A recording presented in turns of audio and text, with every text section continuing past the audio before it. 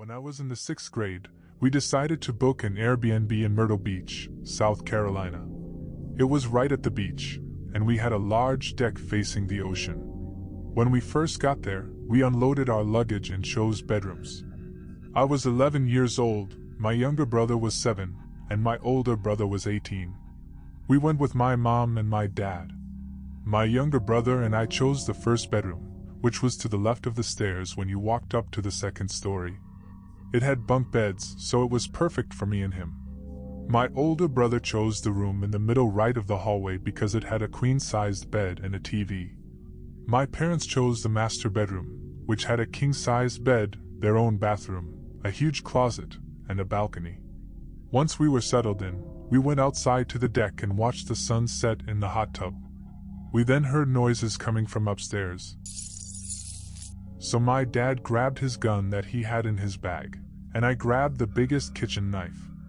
We went to investigate upstairs and we looked around. There were 4 rooms up there and a storage closet. There were 2 rooms as soon as you walked up the stairs, and there was a bedroom on the left and the bathroom on the right. And my dad went to investigate the bedroom. We checked the closet and there were just coat hangers and an extra blanket. We checked under the bed. My dad shined the flashlight under the bed and all we saw was a couple of wrappers from food. When we were getting up, we heard a quiet clicking sound coming from the master bedroom. When me and my dad went to go check the master bedroom, we noticed that the closet was opened by a crack. It wasn't like that when we got there. I remembered from when we put our luggage away. When my dad opened up the door, we saw the Airbnb host. He was standing in the closet, holding a knife. When he saw my dad holding the gun, he stabbed him in the arm. He got out of the closet, and he didn't see me. So I cut him pretty deep in the back. He fell to the ground and my dad pinned him pretty easily. My dad was 6 feet 2 inches and 220 pounds. While my dad was holding the guy, he told me to call the cops, so I did, and they were there in under 10 minutes. My dad required 13 stitches in his arm, and the Airbnb host is serving 20 years for attempted murder. To the Airbnb host, I hope you rot in hell. We haven't used Airbnb since, and now we just book hotels instead.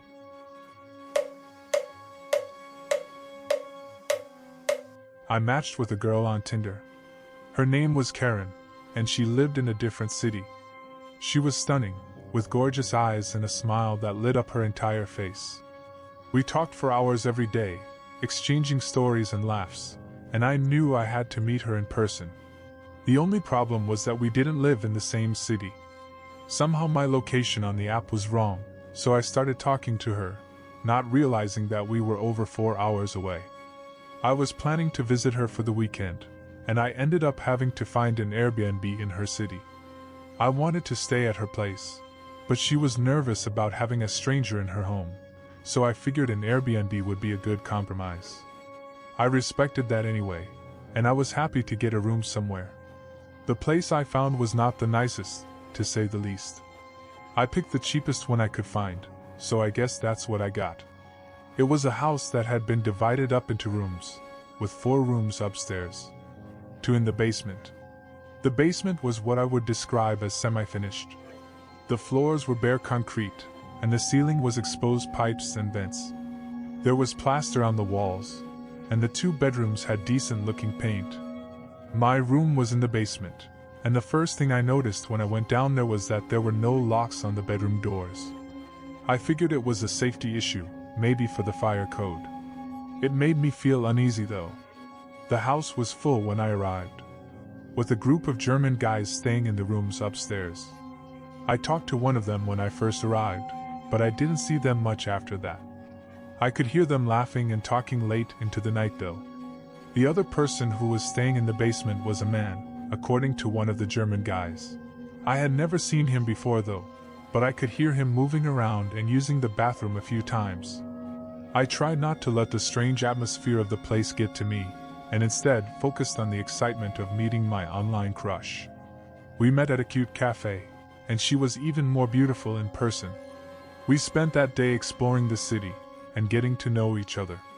But the second night, everything changed. I woke up in the morning, and I felt like somebody was in my room. The room was pitch dark, so I had to turn on the light on my phone to see anything. That's when I saw a man standing in my doorway, pointing his phone at me.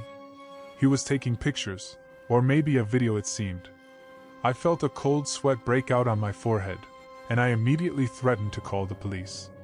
The man just giggled, then slowly walked away and went into the other bedroom in the basement. I wanted to call the cops, but I didn't think they'd be able to do anything. It would just be my word against his. He had every right to be in the house after all. I stayed up the rest of the night, my heart pounding in my chest. I was terrified, but I didn't want to leave the safety of my room. The next morning I packed my things and left the Airbnb as quickly as I could, and I stayed in a motel the next night. I never found out who that man was, or what he wanted, but the experience left me shaken and haunted. In the years that followed, I tried to put the experience behind me and move on with my life. On a positive note though, I ended up dating Karen, and we're still together to this day. It was definitely worth it to spend that night with the creeper, and because of that, Karen and I have a decent story about how we met. Much better than just that we met on Tinder. This happened in the early years of my marriage, before we had children. My husband and I were real travel enthusiasts back then, so we would try to go on at least 2 trips per year. It was tough to plan all that around both of our jobs and other family commitments, but it was important to both of us, so we put in the effort and managed to see some of the greatest spots in the world. One of these trips was to Miami, Florida, not exactly the most exotic destination for us since we lived in Jacksonville. But we were excited nonetheless. This was right around the time when Airbnb started to get more popular, and we were looking forward to trying it out. Hotels are nice, but they tend to be the same everywhere. There was something a little more exciting about renting an actual house in the city where we would be exploring. The place we settled on was a 1-bedroom unit on the main floor of an older house. The place was split up into several different apartments. All of them were available for rent on Airbnb as well.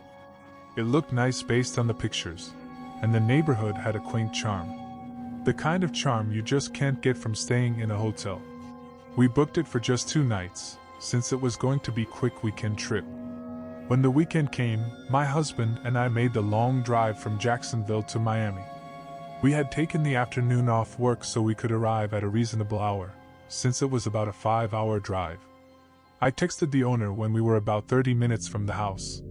He was going to give us the keys in person. I've stayed at Airbnb since then, and they have a whole system where you can get the keys without seeing anyone in person, but things had not become that sophisticated yet. When we arrived in the neighborhood, I was slightly disappointed. The quaint charm that I was expecting turned out to look more rundown than anything else.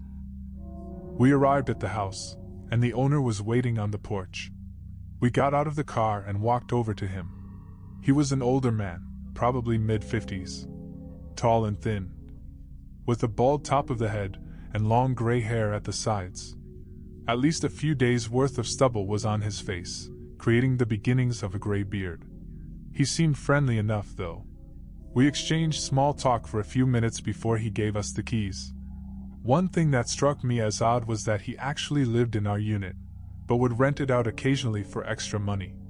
Surprised by this, my husband asked him where he would stay, but he just brushed off the question with some non-answer like, "Oh, don't worry about me, or I'll be fine." I will have to admit that I did worry about him a little bit. How strapped for cash would you need to be to rent out your own home on Airbnb? I doubt he was able to find anything significantly cheaper than what we were paying. Unless he had a friend or family member to stay with, then it really didn't make any sense. We took the keys anyway and waved politely as he left. It was still around 6 p.m. So we went out to dinner and then went for a walk at the waterfront. We had all but forgotten about the strange owner while we took in the beauty of the city at night. At around 10 p.m. we decided to call it a night. It had been a long day with the drive, so we were eager to get some sleep. I climbed the 3 or 4 stairs up to the porch and unlocked the front door. My husband and I stepped in and closed the door behind us. Then we went to the bedroom. I fell asleep as soon as my head hit the pillow. In the middle of the night, I was awoken by my husband shaking my shoulders. He whispered in my ear, "Wake up, there's someone in the house." I sat up and I could hear the footsteps of at least 2 people outside the door of the bedroom. We quickly got up and pushed the dresser in front of the door and sat in front of it using our weight to reinforce the barricade. Not more than 10 seconds later, someone started banging on the door, trying to open it. They didn't say anything though. I wanted to call the police, but our phones were out of reach, and we were afraid that if either of us left, then the other would not be able to hold the door closed. We sat there in a deadly stalemate for another minute before I shouted, "What do you want? Get out of here." As soon as the words left my lips, the banging stopped. I could hear whispering on the other side of the door, but I couldn't tell what they were saying. Then they just left. The fading sounds of their footsteps was music to my ears. As soon as we were sure that they were gone, my husband called the police. When they arrived, we told them what had happened and that we were unable to give them a description of the men. As it turned out, the police were familiar with the owner of this house. He's had some trouble with the law, and it's known in the community that he has a bad drug habit. I'm not sure if they were supposed to tell us that, but they did. My guess as to what happened is that the owner of that place owed money to the wrong people, and that night, they came to either get the money or do something to him. When they heard the voice of a young woman behind the door, they must have realized that he wasn't there and left. We were pretty upset with the owner for what he did to us. We left him a 1-star review, which I think is too generous. Unfortunately for him, that is not his biggest problem.